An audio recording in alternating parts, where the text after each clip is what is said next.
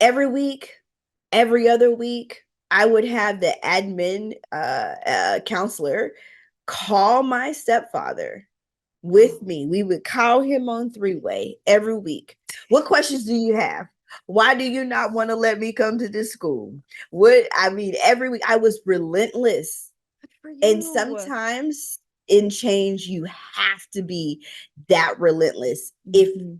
and that's not even knowing what the end was going to be. I had Right. no idea what to expect on the other side. I Mhm. just knew that I needed to go to the other side.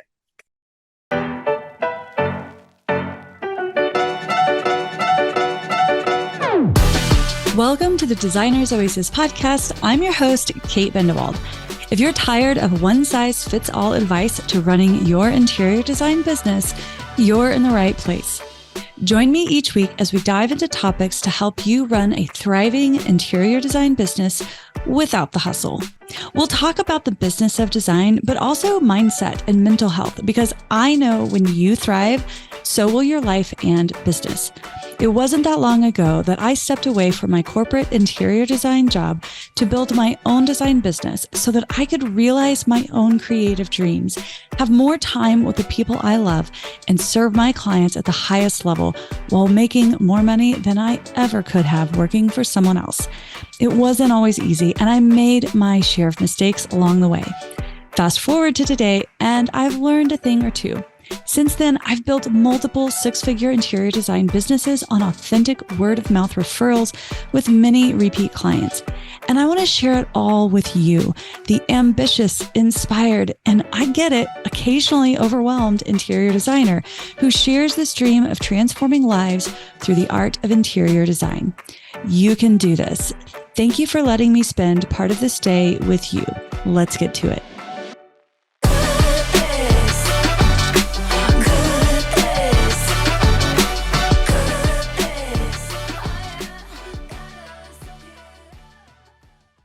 Today, my guest is Cerissa McKinnis of Industrious Interiors in San Antonio, Texas, offering luxury kitchen and bath design and whole home transformations. Cerissa is a longtime member inside the interior designer's business blueprint, but today we're here to talk about a book she's written, Navigating the Liminal Places: How to Harness the Power of Transitional Moments in Your Life. Naturally, her book uses the metaphor of home to help readers unveil the life lessons held in times of transitions. From the bedroom to the kitchen, we consider the essence of these spaces, revealing how they mirror the transitions of our lives. We often consider times of change and transformation to be challenging, and they are.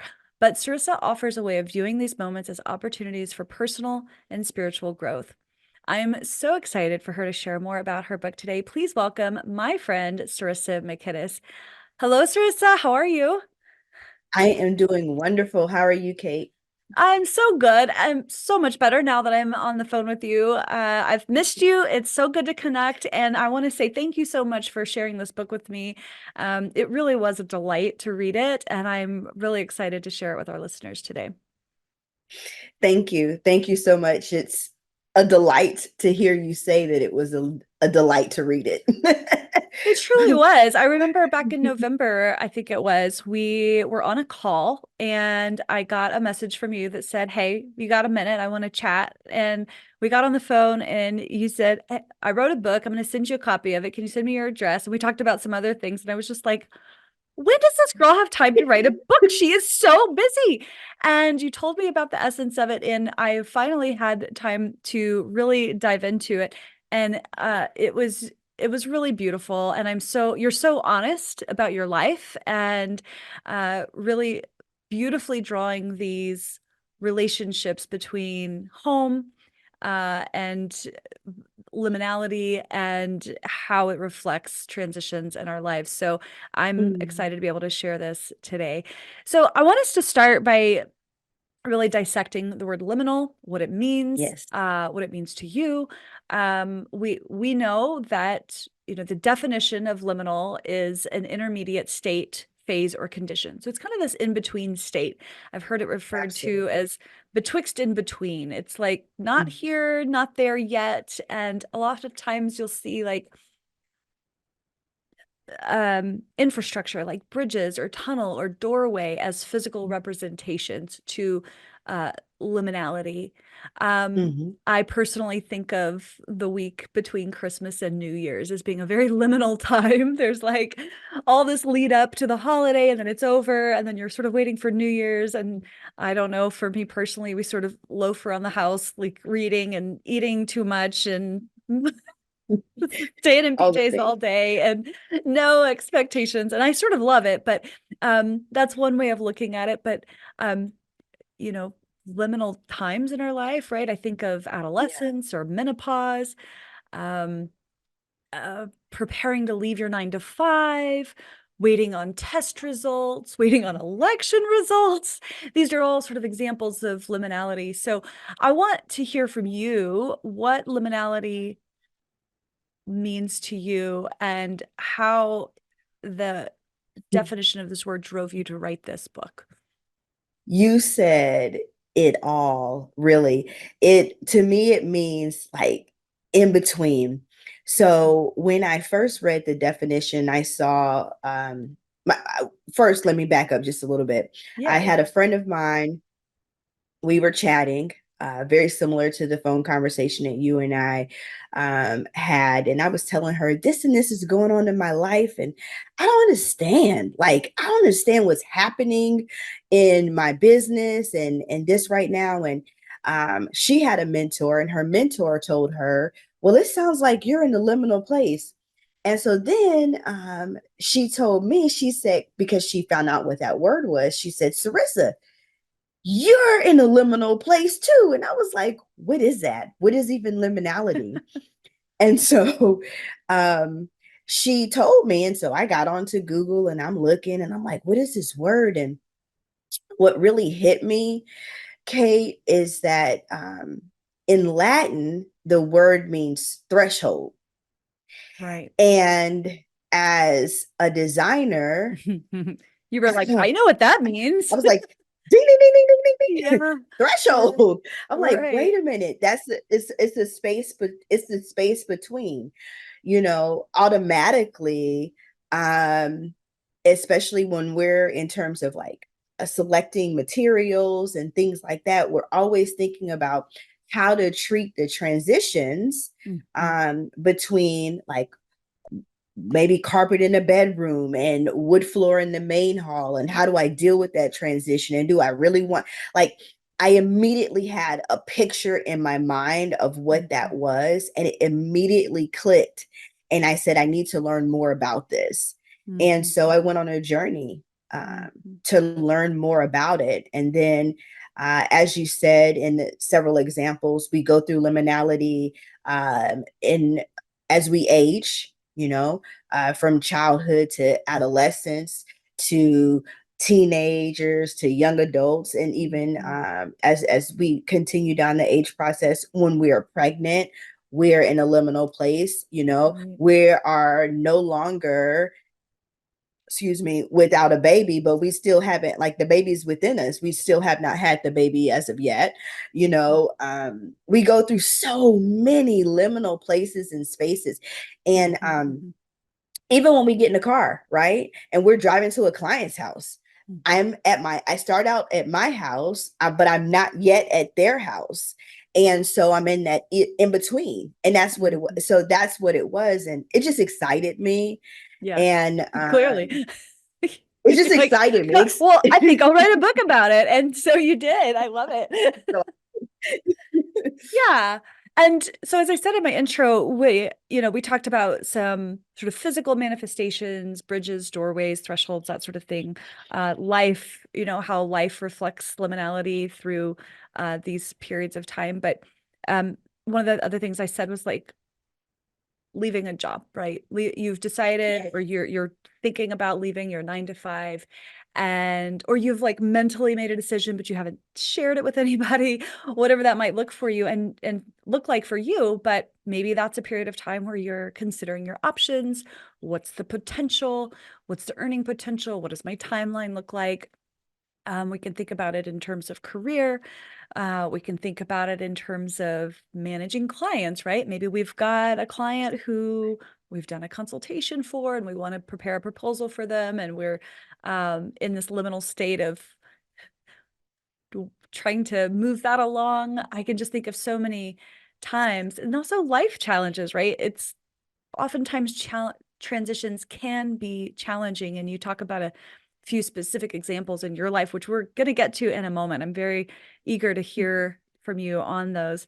But, you know, marriage, divorce, loss, grief, all of that, those life experiences are liminal times, and they require a headspace to help you navigate that. And what you're sharing with us in this book is that headspace, it is really, it really matters, right? Because life is going to life, and there's things that are going to be hard. And, you know, there's some things that are just truly hard, you know, the loss of someone, you can't deny that, right? And you can't just say buck up and move on with it, right? There's a period of grief that's required for healing. Absolutely. But that with the right frame of mind, that you can turn these liminal periods into really beautiful moments for personal and spiritual growth. So I want to get into that part of it too. But you mentioned something to me previously, and I want to bring this up because I think it's also important. You talk about the relationship between liminality and the work we do as interior designers with our clients. So can you share with us what your perspective on this, and how we take our clients through a transition, and just some perspective that you have on that thought? Absolutely. So as interior designers, what's really cool is that if we take a step back and we think about all of the challenges that we go in life, and as you said, as we think about how to appropriately shift our mind to think differently about it, we look at our own work and we realize that we are navigators. We help our clients navigate through liminal spaces themselves. How so? We meet them at the first consultation. We actually really dial back. They call us on the discovery call. We talk to them for 15, 20 minutes, however long you do your discovery call for, and you get to know them, and you're like, man, this project sounds like this is going to be fun. This is exciting. And they're already excited, right? They've already actually entered into the liminal place themselves because they chose to call us, right? But now they've gotten there and they're like, oh my God, what do I do?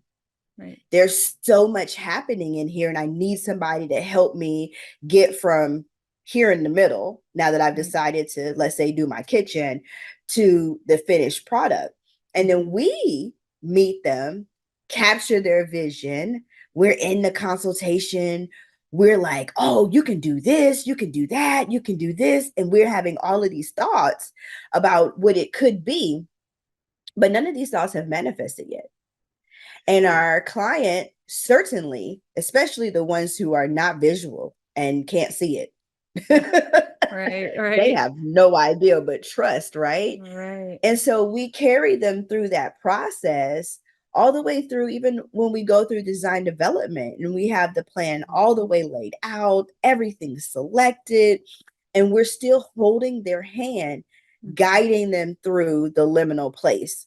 And I want to pause right there and say, depending on how long your design process is, this could be a long period of time. It's a long period of time to be uncomfortable and not know what the end is going to be like, but know that it's worth it.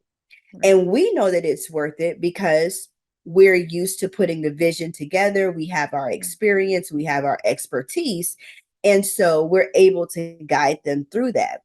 And so at any rate, we make it to the design development. Everybody's excited because, oh my gosh, this is amazing. You did such a great job. I can't wait to see what it looks like. And then we enter into another level of liminality with them because now we have to go through construction and tear up their house. Right. As we're getting ready to demo a kitchen project, and I know these clients well. I've worked with them for years. I can assure you that there will be some hand holding through this liminal phase, because it's not I've worked with some clients, and I just know that it's going to be easier for some than others, and these are ones that are definitely going to need some hand holding. They're going to But need it is some such an handling. important role that we have as designers to walk them and support them through that transition and assure them that this is what it's supposed to be like. Exactly. And that it's going to be worth it in the end. Yeah. And then Worth it in the end. once it's all done, Yeah.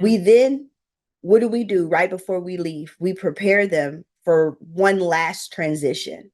And the last transition is for them to, okay, this is where you put this drawer. Okay, this is where you intended for my silverware to be. Okay, Right. this is this. And then they begin another journey in liminality, because they haven't quite yet figured out their new family like function, like how they're going to engage with their space. But we leave them with the tools to be like, okay, it's live.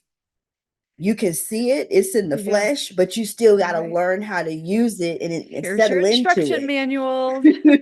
Exactly. Right. And your care and maintenance manual and all the paperwork that we give them. But there's also the verbal that we give them to just help them be excited that the journey is still continues. And the same is for us. We'll enter in and go out. It's like an ebb and flow of being in the liminality.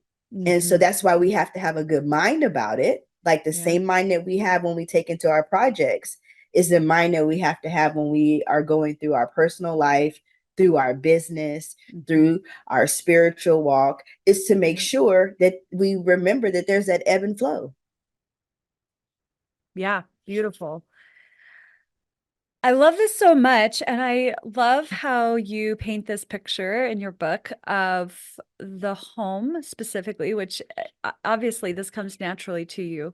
But you drew some clear distinctions using metaphors of the different areas of the home. And I want to share with our listeners today 2 of those chapters that you share with us, starting with the foyer, which in your book is really a metaphor for facing decisions. So we walk in, right? We walk into the home and we have a choice, right? We can head to the kitchen, we can head down the hallway toward the living room. Just like, which mirrors life, right? We're always facing choices. And right, we walk into the house, and sometimes that another, as I was preparing for today's episode, I also learned that liminality can also really mean just under the surface, like just under the radar. It can be, which informs the word subliminal, right? It's just below the consciousness, right? So we walk into the foyer, and for us, most of the time, we walk into that space and it's subliminal. We are on autopilot. We're putting our stuff away and going through these transitions without a whole lot of thought, right? But in life, it's not always that straightforward, right? We can come to a threshold, a foyer, if you will, in this case, and in life, and be faced with some really challenging decisions and choices. Now, in your book, you write about your experience when you were at Spelman College in Atlanta. You were in a pre-med track following your late mother's dreams for your life. So if you've listened to Cerissa's past podcast episode, which we'll be sure to link to in here, your mother passed when you were 17 years old, a tragic time for a daughter to lose their mother. And thank you for sharing that with us. But in this book, you bring this up and you say that this is what she wanted for you, and you were really trying to honor her in this way. But that wasn't where your heart was, pre-med biology, and you had this realization, and clearly you had a decision to make. Do you pursue this dream that your late mother had for you, a person that you lost when you were just a teenager, or do you follow your heart? So walk us through, and I'm sorry, I'm really trying to get through this question without tearing up. Walk us through that time and how you navigated that decision at that period of your life. So I was about 19, Mm. 18, wow. 19 years old So when I made this decision. This was very recent after she passed. Oh, yeah. Okay. Wow. This is very recent after she passed. Yeah. So I was 17 when she passed, but she passed in November of 98. And then my birthday's in February. So I was very quickly 18 after. So that's just so for people who are trying to calculate time, because this is my freshman year of high school. So that way you can have context. Yeah.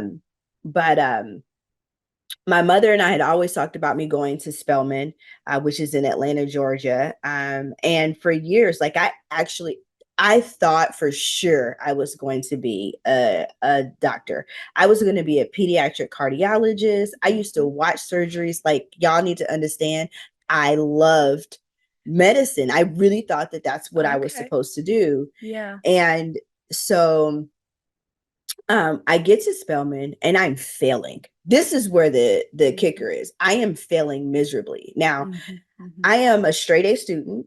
Yeah. I was in all the clubs, on all the things. I used to read encyclopedias for fun. Like, I'm a nerd for real. I'm a nerd's nerd. Love it. I love it.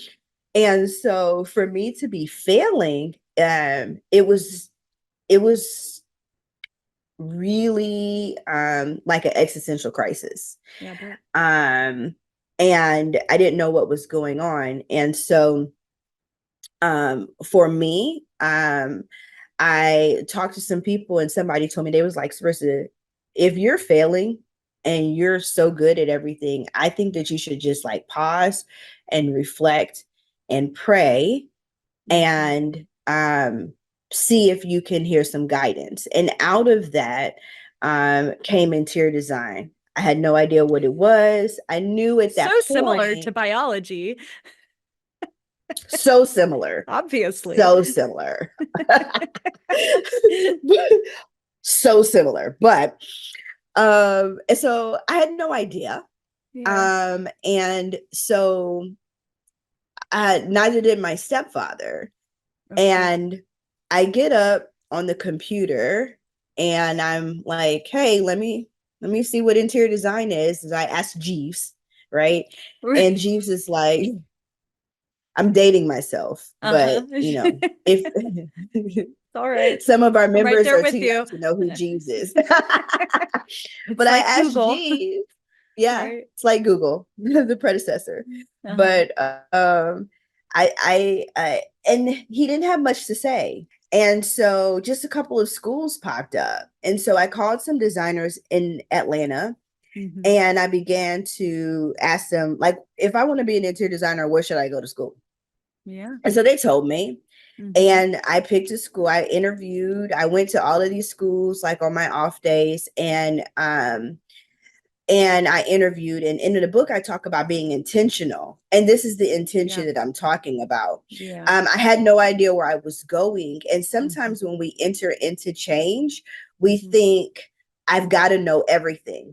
Honey, you don't have to know everything. You just need to know the first thing. What am I doing? For me, the first thing was, I'm going to be an interior designer. I'm going to go and pursue that track.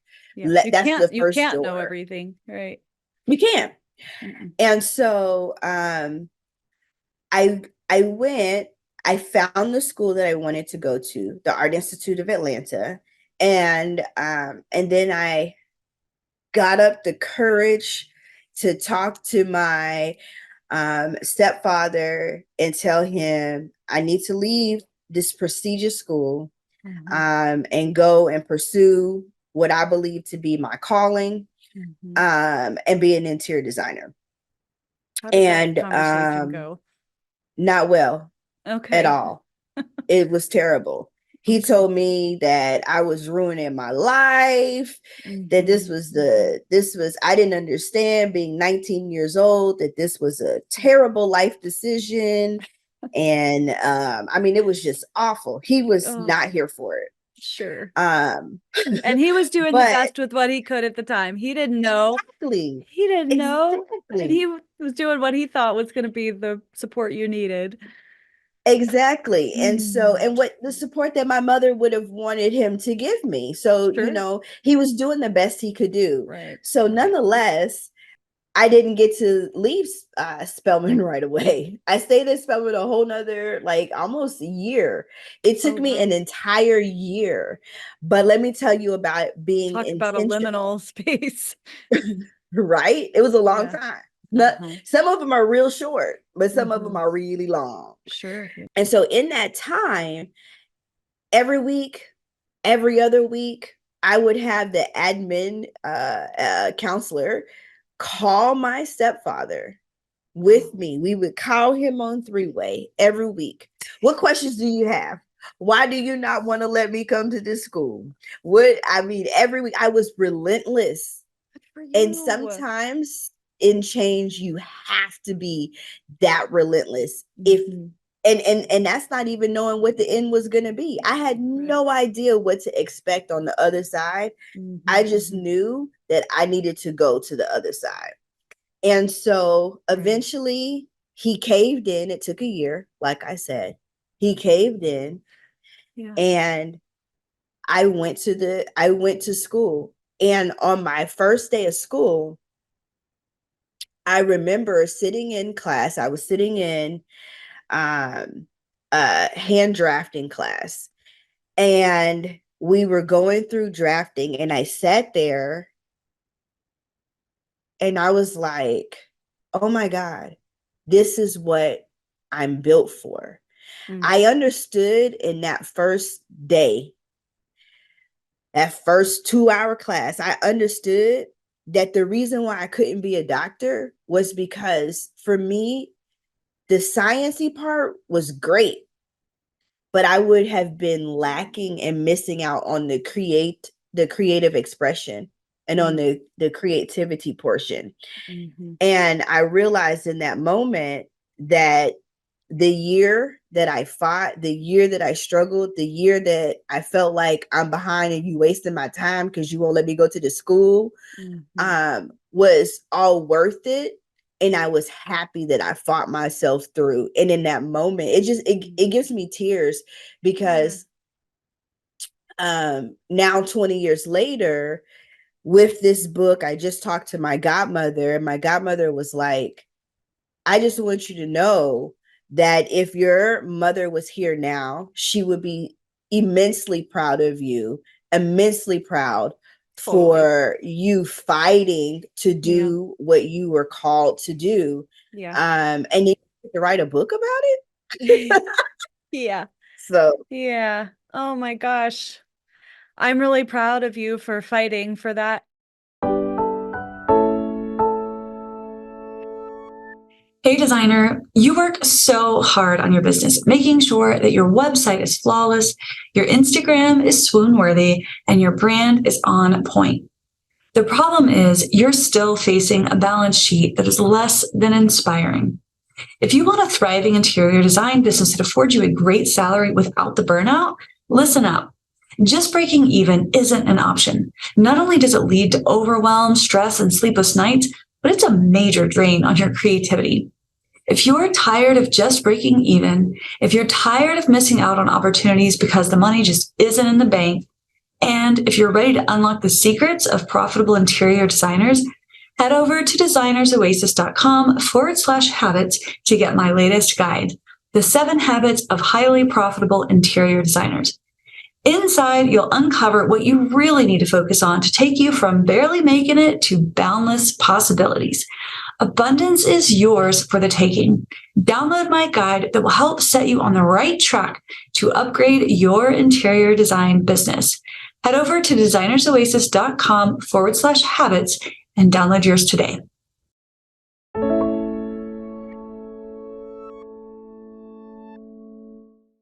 How did you not get bitter in that year? man, so I will tell you this. I am built a little bit different. So I will share with you all why I'm the way I am and why I'm able to smile with having such an adverse background. So, or a background filled with adversity with my mother passing. My mother always raised me to see the best in things, to see the silver lining in things. And so she would not allow for me to be bitter about anything. And so I had like when I was growing up, I did not have the best relationship with my father. But my mother, whenever I would be upset about that, my mother was like, hey, listen, we're not going to be upset. Your father loves you. He may not know how to appropriately show it, but he does love you. And so my mother, I had a lot of positive reinforcement from my mom, even in difficult situations, even in sucky moments of transition. And so like I dedicated this book to her because I realized as I was writing it that my mother taught me about liminality. In my 17 years of having her with me, she taught me about it. And so and there's also another story that I share in the book. When I was 16, so barely like a year before, maybe 15, I tried out for something in high school. I did not make it. And then I had to take the summer um, to work and do the work, and so that I could make it again. And not knowing the results, my mom showed up with flowers in hand, like, you did it. And then when they called my name and I made the team, I turned, my mom has these flowers already. Like, that just showed me that some things are worth fighting for. Yeah. And that was one of the last big lessons that she taught me. And so I chose not to be bitter because I understood, I understood his position. I understood that he had my best interests at heart. Yeah. And I just was like, you need to hurry up and make your decision because I got things to do. Right. Right. Oh my gosh. I love that. Thank you so much for sharing. If you're watching this on video, you can clearly see that I'm a bucket of tears, but I'm pulling it together. Well, clearly she's still with you and she's still helping you with these life lessons, right? And what a beautiful thing to get to experience so much. And you are different, and that is why I love you so much. I think you guys, so we're gonna pause with the typical podcast format for just a second, because Cerissa is a longtime member inside the program, but your name consistently gets brought up because you are a source of motivation and clarity, and you were just such a big cheerleader for the other designers in the group who, when they come with to the Facebook group and they've got a question or a challenge or whatever, like, you have such a soft but commanding presence that people have come to respect, and you're truly an asset to the community. So it's not surprising, but we love having you around for that reason. Oh, lots of reasons, but that's one of them. All right, back to the episode. Okay, so the other chapter that I got really excited about, and I want you to share some more here with us today, is about the kitchen. And you talk about the kitchen as a metaphor for a source of nourishment. And in this chapter, you share a different challenge that you had in life, one where you were going through a big transition. You were in the midst of a heartbreaking divorce with your first husband. And knowing that you are a woman of faith, for you, it was your Bible that brought you peace and comfort during this liminal time. So can you share from the perspective of nourishment, what are ways that when we are going through these liminal times in life or business, ways that we can seek nourishment during these times? Absolutely. Absolutely. That divorce was extremely heartbreaking. And had it not been for, um, as I said, the Bible, I would not have made it. But that was not the only thing that I did. The other thing that was probably the most important, there are the few other things that I'll share, but the second most important thing to that was just other people. Period. Community is so very important. I have a very strong belief that humans are not meant to be, we're not meant to be by ourselves. We don't do well by ourselves. And because of that, having like community around you is actually filling. It is actually filling to your soul.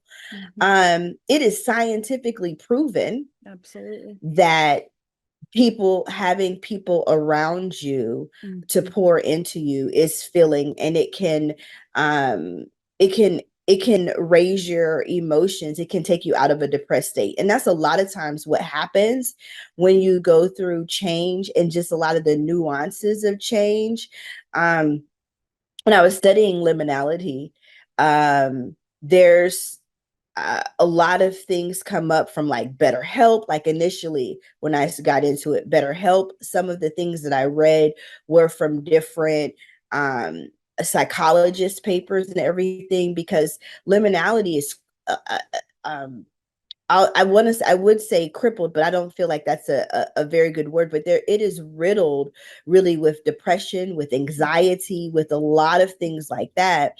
And having people around you in those types of times makes it easier to make it through.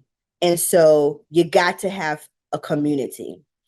The other thing that I would say is that you have to, again, we're talking about feeding ourselves. So we have to pay attention to what it is that we're eating, what it is that, and so by that, I mean, like, what are we consuming? Like, you might want to mind the kind of TV shows that you're watching. You might want to mind what kind of books you're reading. Instead, pick up a good book that is going to, encourage you to go forth and do well. I'm looking at my bookcase now because I have several books that I have picked up that are business books, that are motivational books, that are spiritual books, the whole gamut that I have picked up to help me through varying moments. So go find a book. And read it. And then the other thing that I would say that people could do to nourish themselves during difficult times, aside from feeding your spirit, aside from being in community, aside from reading, is go out and learn. Like, get a coach. A lot of the times we are going through things, especially in business, where we're like, I have no idea. I don't know down from up. And I've been in business and I've been in design for quite some time. This year I'll celebrate 20 years in design, 13 years in business. And I haven't known down from up. Not when I started 13 years ago and 20 years ago. I haven't known down from up last year. Right. A couple of weeks ago. Like, you can get topsy-turvy easy. Yeah, absolutely. I love that you're saying that, because I think that there's a lot of folks who feel like, oh, I've been doing this long enough. I shouldn't be having to deal with this, right? And I'm too experienced for this. Like, how am I dealing with this client who's off the chains? Or how did I make such a silly mistake or whatever. But the reality is, or like, how can I be going through this dry spell? And I love that you're normalizing that we have seasons in our business and in our life, and you're not too, Yes. you never get to a point where you've sort of made it to the point that you're, we learn a lot, right? We can prevent a lot. We can circumvent things. We can prepare better. You always get a little bit better, but you're not immune from having experiences and challenges in your business, which is why community is so important. Hello, join Designers Oasis, and you will have an immediate family of designers to help you in these moments, which is where you are such a beautiful asset to this community. So, oh my gosh, this is all coming together. Right. And so community, reading, learning, educating, getting yourself embedded in some sort of, you know, program, whatever it might be, depending on what you're going through. I'm personally right now doing a 7-week yoga training that is, and I'm learning about different aspects of yoga that I've never learned before. And it's so invigorating just to learn something different, just something outside of design. It's outside of parenting. It's outside of business. It's totally new. And it is so fulfilling. And I love it so much. I think that is so fantastic. Yeah. And I like the fact that you made the distinction that you're learning something outside of design, because I feel like sometimes when we have an issue, especially when we have an issue with our business, we sometimes run real quick to try to see what book can I read about business, but that may not necessarily be the case. Right. You may need to go off and allow yourself, first of all, allow yourself the grace to be in this moment of change, and then go off and like relieve your brain of some pressure and learn about something different. Yeah. Because I can guarantee that when you come out of this 7 weeks of this yoga training, there will be some portion of it that you will be able to apply to every layer of your life. We live life so much like we're compartmentalized, but we're not, and everything bleeds over. That is it's nothing. That is the essence of what I'm learning in this yoga training, is how we are so, like, our mind, our body, and spirit is so connected. And I also think it's a driver for creativity, right? I was talking to I have a business coach who I adore, and I was at an end of a session. I had just finished a bunch of books, and I was like, okay, I need a new book. What do you recommend? And she was like, do you ever read fiction? And I do. But it's not my go-to. And she just reminded me that, like, it's good to go get outside of your typical things that you consume and consume something different, you know. And it was a good reminder that it, you know, when we say to read, it can be something of fiction, right? It doesn't even have to, it can be a business book, right? And but giving yourself permission to go outside of those typical avenues. I love it. This is an aside question. How long did it take you to write this book? Because I know the answer to this, and I'm like, talk about something just moving through you, right? Oh, yes. So, all in all, I really wrote the book in a week and a half. It took about 3 weeks. So 3 weeks total, a week and a half to write. And then a week to illustrate, as I drew the cover of the book and about 19 other drawings within the book. Wow. To illustrate, because we're designers, right? We are visual people. Totally. And then a few days to do the editing. So pen to paper and pen to publish, I'll say, was 3 weeks. Wow. I will say, however, just for those who are like, oh my God, that's so quick. Yes, but it was quick. Yeah. Lifetime of lessons in that book. I have a lifetime of lessons. Yes, you Uh-huh. are absolutely correct.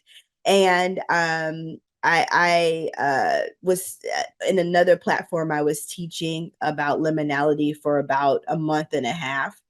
And so I had some content, some research, and some practice. So when I got ready to sit down and write, I brought those things together and was able to expound upon that to create what is before us. Wow. Yeah. Because there's obviously anybody who writes a book, there's research involved. So what you're saying is that the research phase preceded that. But when it came time for pen to paper, that was a pretty quick turnaround. Well, to me, it's a clear indication of, I mean, that's a God thing, right? It's moving through you. Absolutely. It's manifesting whether you like it or not. And everything else can just screw off because I'm writing a book right now.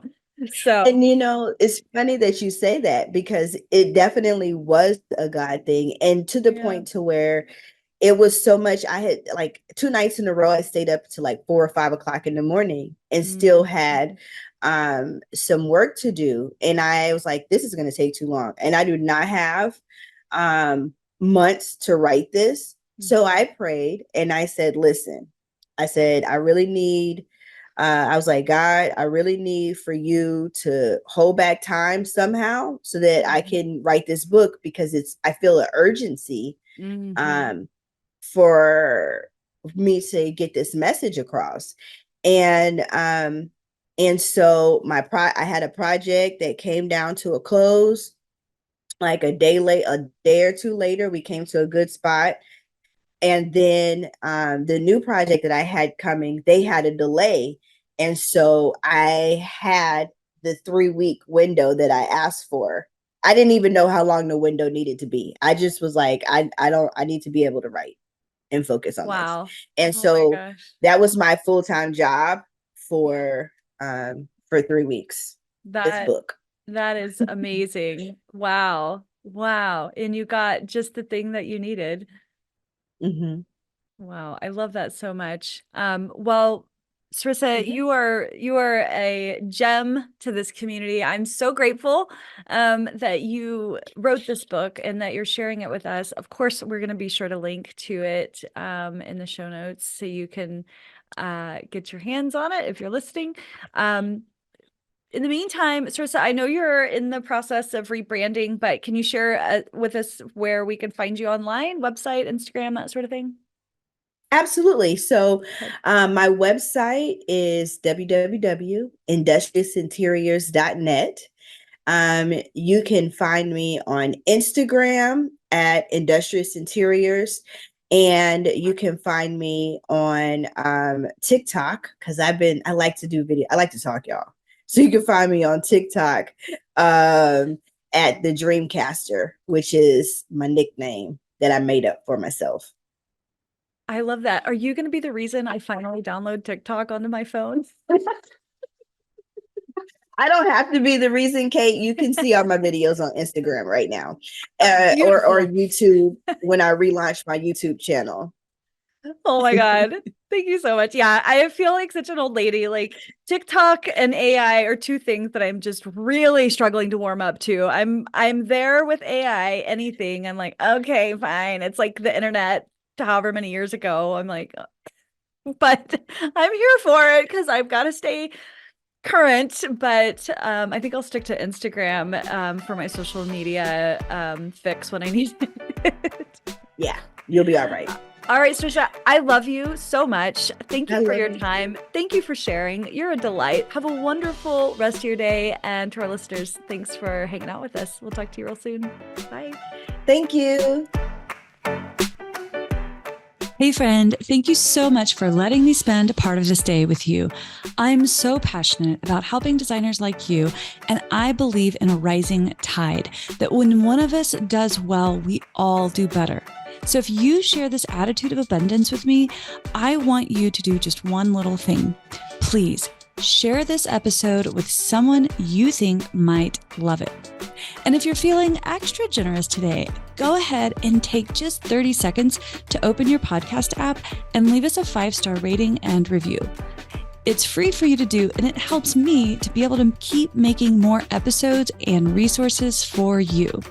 However you choose to help, please know I appreciate you so very much. Thank you, my friend. Have a wonderful rest of your day. I'll see you soon.